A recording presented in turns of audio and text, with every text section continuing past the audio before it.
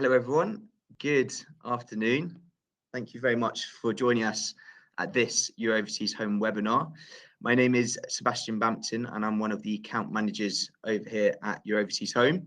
So today, if you are looking or interested in moving overseas anywhere in Europe, but also the world, you're in the right place. We're very luckily joined by Nicola Chudley, who is the Director of Consumer Sales over at Gosselin Moving. So yeah, we're going to be hearing all from about Nicola and Gosselin and how they can help you with your journeys overseas. Nicola, I'll pass across to you. Thanks for being here. If you wouldn't mind just giving us a quick introduction to yourself and Gosselin, and then we'll go through to the next part of the webinar. Of course. Hi, everyone. Thank you so much for joining us today. As Seb said, my name's Nicola Chudley. I work for Gosselin Moving, which is a very long-established international moving company with over 90 years worth of experience and 56 offices in 34 different countries. So really well placed to help with any moves that you have coming up. I personally have been in the industry for about 25 years now. So I'm hoping I can share some of my hints and tips with you in regards to planning your international removals and just explaining what the main steps are for you. Seb, I'll pass back to you for now. Thanks, Nicola. You say it's great to have you here with us again. I know you and I have done a number of these over the last year or so, and it's been a real pleasure talking with you, but also understanding a bit more about Gosselin and how you can help our listeners and viewers today. I think it is one of those parts of the buying journey that people leave to the last minute or probably don't plan for, but it is really important. People's household belongings, treasured items, things that they really care about will hopefully be moving overseas with them. So we want to make sure that they're looked after and taken from A to B in a safe and secure manner. So thank you for everything you've done over the months with our clients, and obviously thanks for being here again. So for everyone listening in, so it's great to have you here with us. We will be recording this, so you will be able to listen back to it on demand. The way that we will run this webinar is we'll have a short presentation from Nicola, kind of going through what Gosselin can offer and the services they provide, but also it'll be a question answer style session. At the bottom right hand side of your screen, you should see a questions tab. If you click on that tab, you'll be able to type and ask any questions that you want to Nicola or myself throughout the session. We will, throughout the presentation, if there are questions related to certain slides, put them towards Nicola. If not, towards the end of the session, we'll have about 10 to 15 minutes of time to go through them, answer them in a bit of detail. And any that we don't get around to, we will pass across to Nicola and the team at Gosselin to follow up with. So if you want to try it out now, maybe type where you're looking to purchase to see how it all works, so we can see and get excited about where your destinations are. And Nicola, I'll go back over to you because I know we don't have too long. We've got around 25 minutes. Yeah, so if you wouldn't mind sort of going into the presentation, and we can get stuck in. Of course, absolutely. So what I wanted to start with was just give you a little bit of an overview of what's actually required when you are moving abroad. So really main thing to start with is to start planning your budget. So whilst you may not be ready to perform your move just yet, it's definitely worth at least getting a ballpark quotation so that you can just include it in your overall cost of your move budget. It can obviously be finalised at a later point once your plans have settled. You'll then need to start contacting moving companies who will arrange for you to have a pre-move survey in order that they can provide you with a quotation. At the same time, they should be able to give you some guidance on the customs formalities that would be involved. Once you're ready to proceed, you can go ahead, book in your preferred dates, have your goods packed, and then deliver to your new home. So I'm just going to elaborate on some of those points a little bit more. So really to start with, why use a professional moving company, not do it yourself? So main things really is that they will be able to arrange a door-to-door service for you. So it's going to take away a lot of stress at a time when you've got 100 other things to organise and arrange. But also moving your goods on a longer distance journey, it's very different to moving them locally. A specialist is going to understand how to safely pack and transport your goods. They'll also be the experts in understanding what the customs requirements are for you. And they are your goods, so they deserve a personal approach. And then we have got, when you start contacting removal companies, you want to think about getting referrals, who to contact. Get referrals from trusted sources. So maybe your friends have moved internationally, colleagues. Obviously, you've got professional organisations such as Your Overseas Home that can give recommendations, but also do check. There are a couple of governing bodies that are good ones to look for. So BAR is the British Association of Removalists. And then there's also a company called FEDI, who is a global alliance of quality certified international moving companies. And these are independently audited by Ernst & Young to make sure that they're up to the quality standards. So looking for a FEDI agent is a really good start. Mm-hmm. When you are then ready to go ahead and start planning your pre-move survey, so you've contacted a removal company, the pre-move survey can be done either virtually through a video call or in-home where someone will visit you. It's the opportunity for us to assess the volume of your goods, but also review things like access. So what's the parking situation like on your street? What's the size of your lift? Do you have narrow staircases that we need to contend with? But also, what items, do you have any special items to be moved? Artwork that we may need to make crates for, or pianos that may need specialist handling. When you are showing your goods around, don't forget all the hidden away places, the basements, the lofts, the sheds, the garages. They can hide quite a lot of volume of extra goods that you might not think about because you don't use them all the time. So make sure you show all of those places to the surveyor as well. And it's just also a really good opportunity to discuss your intentions, start formulating the plans, ask any questions that you have. Some companies like Gosselin will provide you with a visual detailed inventory. So it's a list of all of your items with photos next to it. This is a really nice way of making it clear to both parties exactly how the volume is calculated and what has been included in your quote. Nicola, just on that slide, we've got a question from John here, which we'll get to in just a moment. But I've used the virtual survey, and it is great. You know, it's really easy to use. It documents everything, and you know, it's a really useful tool. But you mentioned planning and preparing for your move. I appreciate for people listening in. Naturally, you would think removals comes towards the very end of someone's buying process or journey to buy a property overseas. I know before we jumped on here, you said at the moment, you know, it's very busy. There's lots of moves happening. How, on that note, you know, how early is it? Is it a good? How early is too early to kind of do that survey? Or when's a good time? It's really never too early to at least start with the survey process. So especially where we have this ability to give a visual inventory. If we, for example, did a survey of everything in your home and we gave you a quotation based on everything in your home, then you've got that as an idea of budget. If in 6 months' time, 9 months' time, and you actually really are, you found somewhere, offers have been accepted and so on, you may decide at that point that actually the style of the house or the size of it, these things aren't going to fit or they're not going to work. So I'm going to leave out X, Y, and Z. The beauty of having a visual inventory is that you and I can jump on a call together, and rather than do the whole thing again, say, I'm leaving out this wardrobe here, I'm leaving out that bed, I'm leaving out that piano's not coming. So of course, when we do that, then it's just very easy to recalculate a revised volume and then get a more appropriate quotation based on your latest set of information.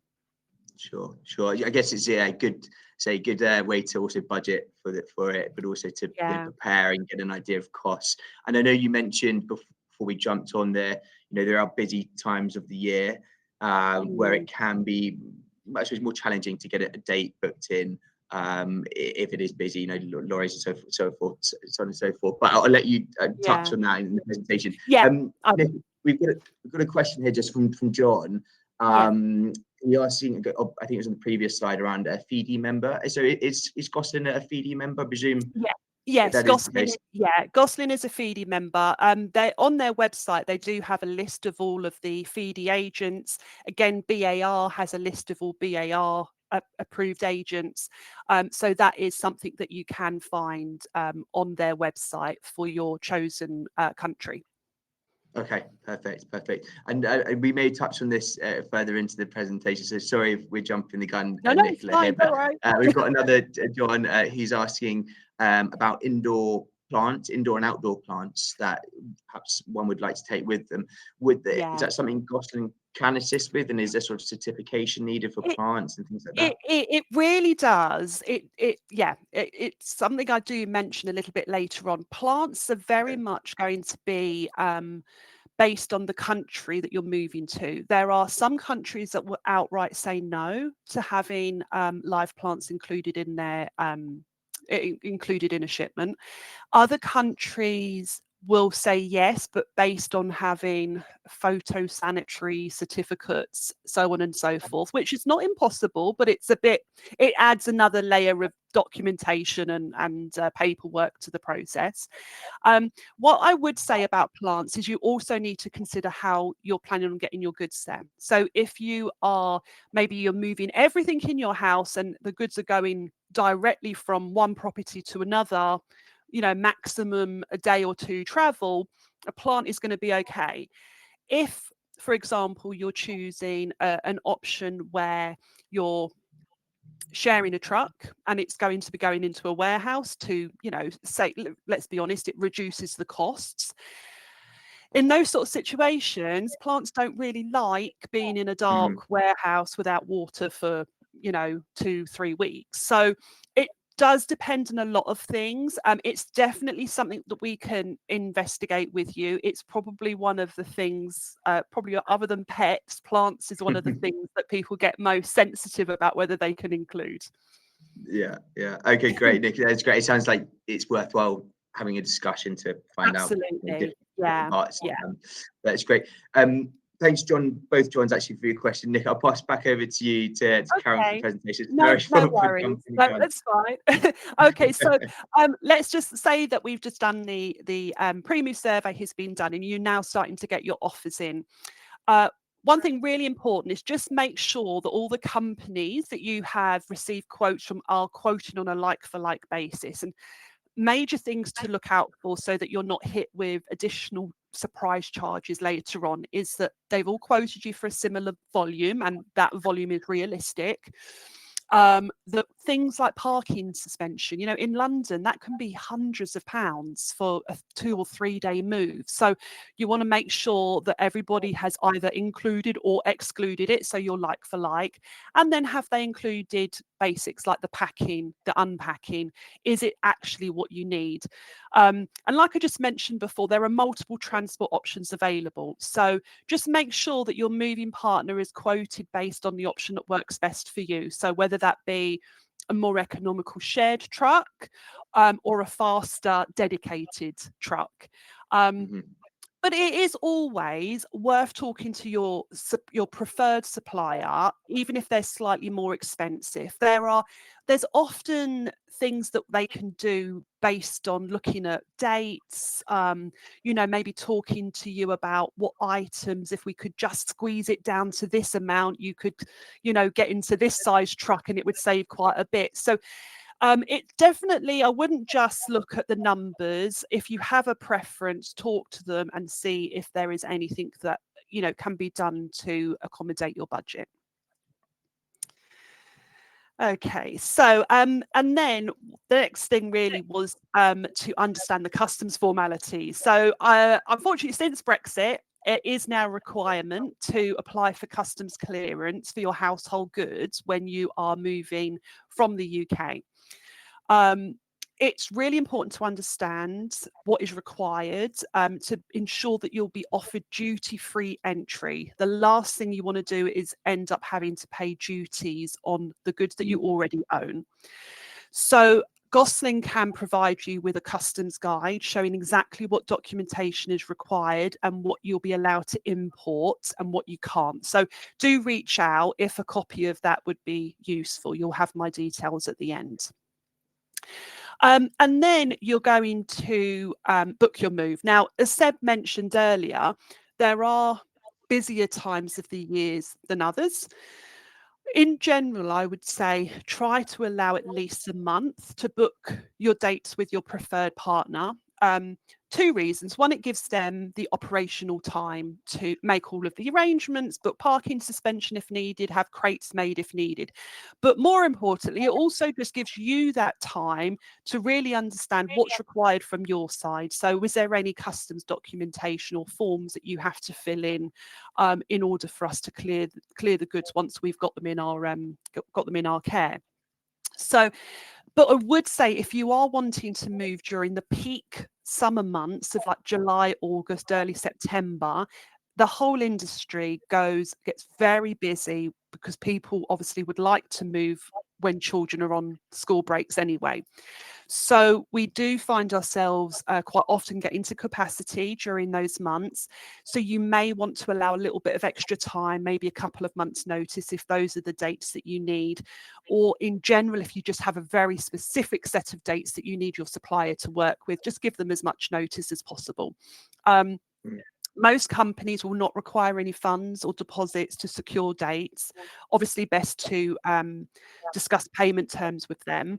And also, nearly all companies will have like a cancellation policy. So, you know, if you've secured a date and worst case scenario, you need to move it or it needs to change, you know, just make sure that you understand what the cancellation policy is. I always feel it's better to have the dates in and potentially have to cancel or move them if necessary. So just have a look and see what works best in your own circumstance.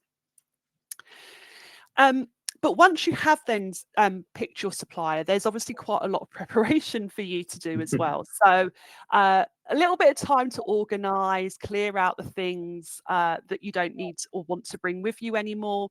But like we just mentioned before, think about things like alcohol, plants. These may not be allowed to be imported depending on the regulations of your destination country. So have a think, are there any friends or families that you can donate to or have one big farewell party to get through that wine collection? Like I said, these things are possible, you know, like it may be that, you know, we can move the plants or we can move the alcohol, but it's just about you going into that knowing what the process will be and will there be any additional costs involved for you. I think that's the important point. Okay. And then, of course, we said as well about pets. So, you know, important to think about them in the lead up. Do they have all of the necessary vaccinations for the country that you're moving to? Are their microchip registrations up to date? And also, does that microchip company database, is it accessible in your country of destination? Obviously making sure that you've registered with a local vet at destination. So there's quite a few little bits that you need to think about for the pets as well. We do have a moving checklist available. So it has lots of kind of prompts so you don't forget anything important. So again, if you'd like a copy of that, I'm more than happy to send one over. Okay, right, so then we get on to moving day. So what actually happens when the crews turn up? So first thing that will always happen is the crew foreman will walk around the home with you. So you can show them exactly what is to be packed and what is to remain. Make sure that you keep any important documents such as passports with you. If possible, I always suggest creating a do not pack pile. You know, where you might have your shoes, your coats, your travel essentials, or your travel luggage. Have one little pile of, guys, don't pack those things. Everything else is to go. The crew will also set up any protective materials such as floor protection to avoid any dirt or scuffs from happening. And then really at the end of the day, it's also very important to do another walk around with the foreman and just make sure that nothing's been missed. So culprits tend to be the cupboard under the stairs or potentially the contents of any furniture that you said wasn't moving. So maybe you said that wardrobe's not going. Just make sure that there's no miscommunications and the clothes from the wardrobe have been packed. So it's a good idea to take one final walk around and make sure everything that you want to be included has been included. Nicola, And then, on that yeah, point, of let's course. say, I know there's, everyone's got loads and loads of things in their houses, and Yeah, when they did the survey, perhaps they did miss something, and then they realised on the day that they wanted to move, and there's a wardrobe that wasn't included, but now they want to include it. How does yeah. that work? Is it something that then could be added on? And was there any additional costs? What Yeah, I happens in mean, that sense? the costs are generally based upon the volume of the goods. So absolutely, if a cost has been provided for X amount, and then you decide that you do want to bring Mhm. something extra, then it potentially would have a cost associated with that. But generally speaking, it tends to we tend to be very clear with at the point of sending the quote that this is what's included. And Yeah. what we would really say is absolutely we can change our plans 10 times because nothing's set in stone. But ideal would be if something you've changed your mind on something and it's going or not going, it would be ideal to know that in advance, just so that we can definitely make sure we've got the right size vehicle there. That wardrobe didn't need a handyman to dismantle it to get it down a tight staircase. So we can pivot when we need to, but it's always calmer for everybody if we know as much in advance. Yeah, actually, I think preparing, it just goes for any house move, domestic, internationally. It's the more time Yeah, the better. yeah, So do that survey early, understand, and then if anything changes, let you know. But yeah, absolutely. Yeah, just before we go into the delivery part of this slide, yeah, we've got a question from Mark, which I think is in relation to what we were speaking about in the previous slide, which is moving pets from A to B. yes, yeah. Mark asks, do you also include perhaps moving vehicles, or is that part of the service that Gosselin could So provide? absolutely, there are. Depending on how you want vehicles, for example, to be moved. So you have the option of literally putting the vehicle in a truck with your household goods. There are, of course, also just specialist vehicle removalists. It's Mhm. definitely something that Gosselin can provide a quote for you, either or. And so, yeah, in a nutshell, pets, vehicles, absolutely Gosselin can assist with all of those. They, obviously pets, again, it's specialists. They're not coming in a truck. They're not sitting in a warehouse Yeah. for 2 weeks, but there are specialists that we work with that take care of those.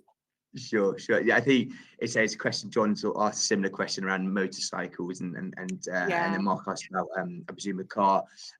We've just had another one come through from John. I'll just jump in here, Nicola, and ask it while we're on topic. Of course. John's Yeah. moving from Cyprus and thinking about taking their car. Yeah. When it comes down to vehicles, are there any issues with bringing cars to a new country, perhaps where they're on the other side of the road? Do they need certificates? So in this Mm. example, I think it's Cyprus. Is it easier just to buy a car in Cyprus, would you advise? Do you know what would be the best course of action? It really, it's quite a specialist answer to that, because it can Sure. completely depend on what the local regulations are. So, for example, if you were moving to the USA, your car physically has to have a lot of modifications done to be classed as being roadworthy for the USA. So it really depends where you're currently, within Europe. It's not so much of an issue. Yes, you may have some registration documents to complete and things like that, but there aren't really any physical changes to a vehicle that need to be made. But it really does depend on where you're starting off point and where you're Mm. finishing. But again, John, please feel free. You'll have my email address. If you want to give me your specific set of circumstances, I can have a look into that for you and get you the specific information. Yeah, I think, Nicola, thank you, John, as well. So we will, I think, at the end of this presentation, Nicola, you got your email address and contact information, Yes. but we'll Yeah. also pass your details across to Nicola and the team at Gosselin. We've got a question here, Nicola, just to jump in one more time, Yeah. from Gail, and it's a good question, actually. I know we're talking about moving pets and cars. What's to Yeah. stop someone just, jumping in their car with their dog or cat or whatever pet it may be, crossing the channel and Mm. going across to Spain? Is that possible? is it something they can do themselves, or would you advise perhaps seeking specialist help for that part of the process? So regardless of how your goods are transported, whether it be in the boot of a car or a hired van, when you are moving household goods with you to stay, i.e. not a holiday, you still have to go through the same customs formalities. So would you get caught? I don't know. It's one of those things. Would you want to kind of risk that? Yeah, But from our point of view, we absolutely would take care of the customs side, or any international moving company will take care of all of the customs regulations for you. People do choose to do their moves themselves, absolutely. And again, no right or wrong to that, just making sure that you're going into it with your eyes open and understanding what the pros and cons are of both of those options. Yeah, sure. No, I think it's a good answer. Say it's a risk. Basically, you could get turned away or have the wrong documentation. There's And then have to pay duties. That a lot of the customs regulations, the downside of not having them done correctly is that you potentially will have to pay duties on everything that you own already, that's a bitter pill to swallow.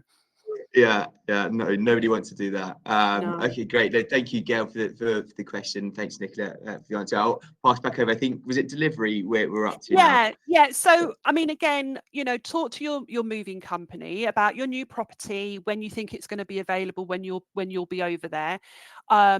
And then you can both agree dates to deliver your goods. Just bear in mind that if there's any delay needed, storage and transit can also be arranged. So a moving company can store the goods either at origin or at destination to give you a little bit more breathing space, if necessary. And if you didn't already give the moving company your delivery address earlier in the process, definitely do provide it, because just like we checked access at origin, we'd want to do the same at destination. Again, do we need to apply for a parking permit from your local city council, or will the European truck fit down a little narrow Parisian street? Those are the things that can really cause a lot of headaches during delivery if we haven't got those right. So again, just passing on as much information as possible. And then I think one thing that's always interesting to know is when we talk about what is unpacking.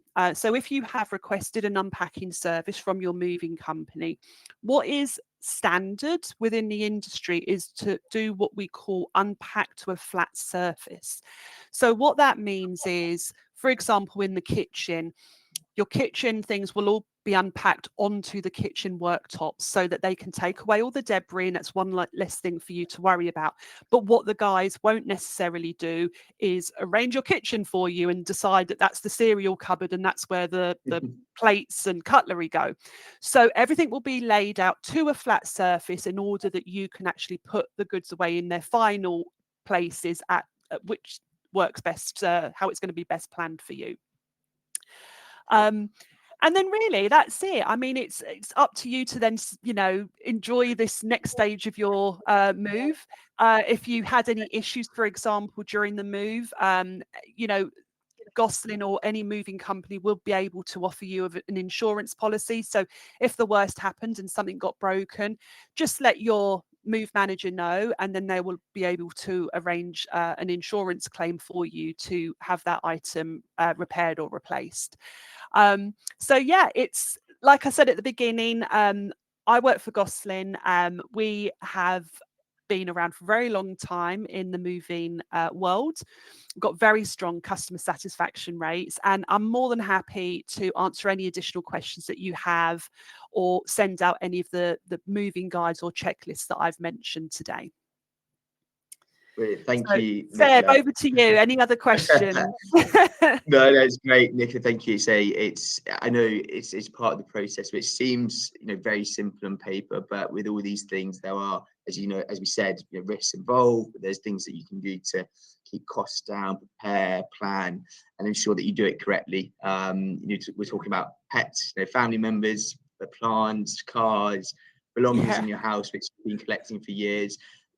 If it was me, I bought luckily bought a flat in the UK, within the last year. Moving from A to B was one of the most stressful parts of the Mm. journey, in all honesty. So I couldn't imagine doing that overseas into a foreign country, foreign laws and that sort of thing. So I know over the years that we've been working, you've helped countless numbers of our clients, but even further into the history books, the number of clients you've helped, and you can see the customer satisfaction there on the screen. So anyone listening in, if you are planning, do have that conversation with Nicola and the Gosselin team early. Understand how they can help, understand and plan your budget, and what items you're planning to take overseas would be my advice to kind of make it a bit less stressful. But Nicola, we've got to say, I know we've gone through quite a few of the questions throughout Yeah. this session, and thank you for everyone that has been asking. There's a couple of questions which we haven't touched on yet.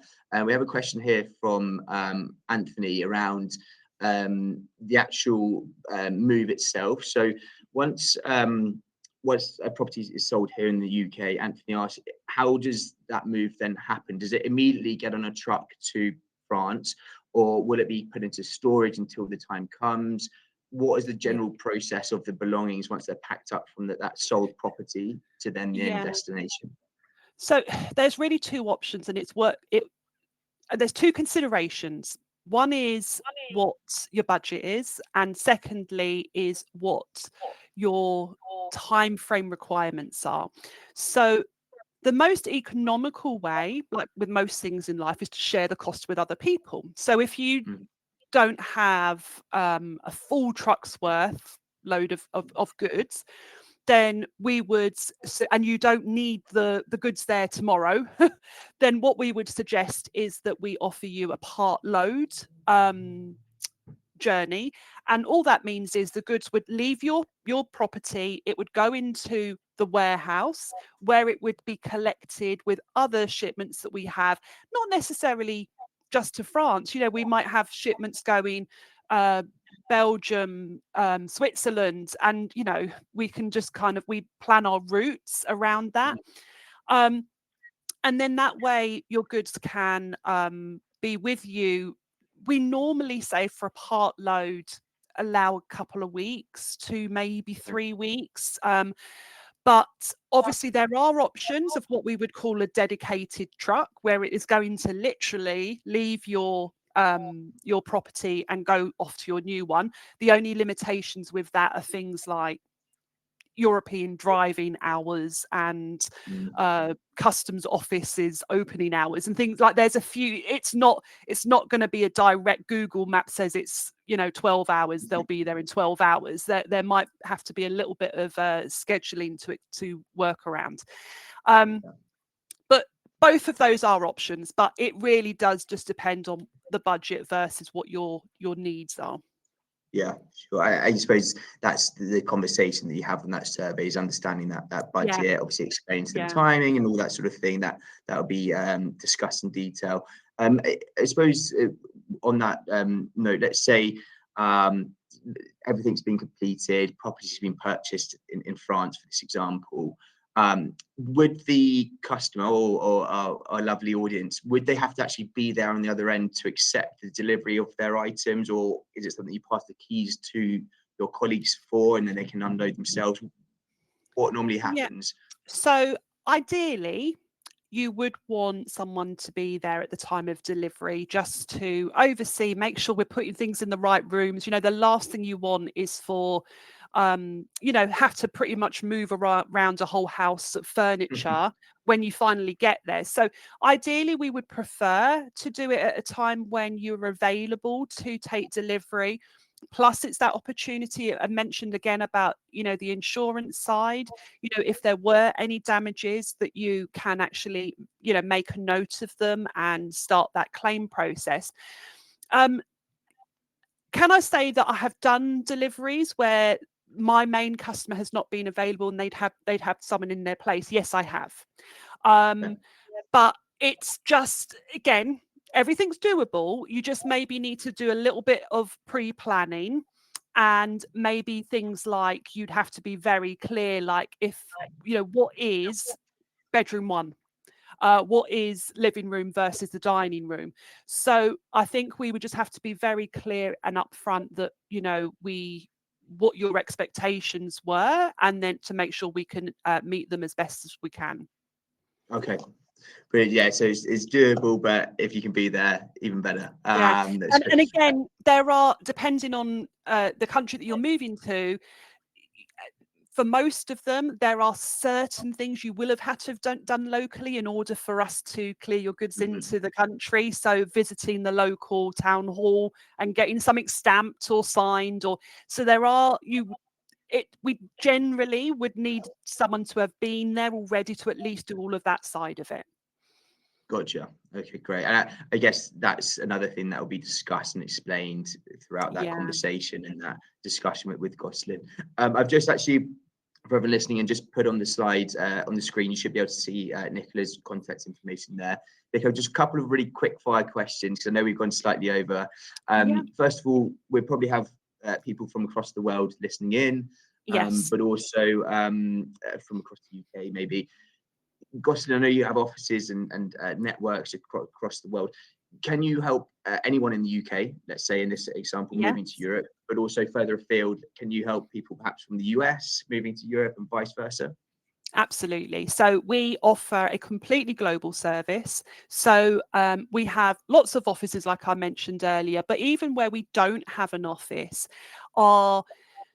we work with a very stringent supply chain. And again, part of that kind of FEED certification that we have is also how we manage our supply chain.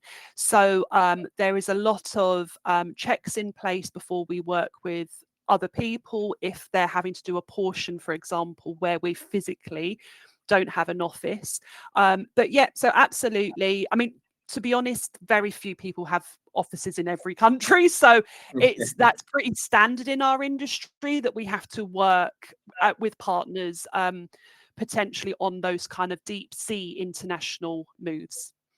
Yeah, I know. You remember, I think there's a client that we were both working with from Canada that was coming across to Europe, and that is a long journey in comparison from the UK. But that's great, Nicola. So thank you so much for your time and for being here. We've run out of time. We've actually gone over time, so appreciate you running over. For everyone listening in, thanks for all your questions. Really hope that you found it useful. If you have found it useful, we'd really appreciate if you could just leave us a nice Trustpilot review. There should be a link that pops up on your screen fairly soon. I know both our bosses, Nicola and I's bosses, will be much appreciated from us if you could leave us a nice glowing review.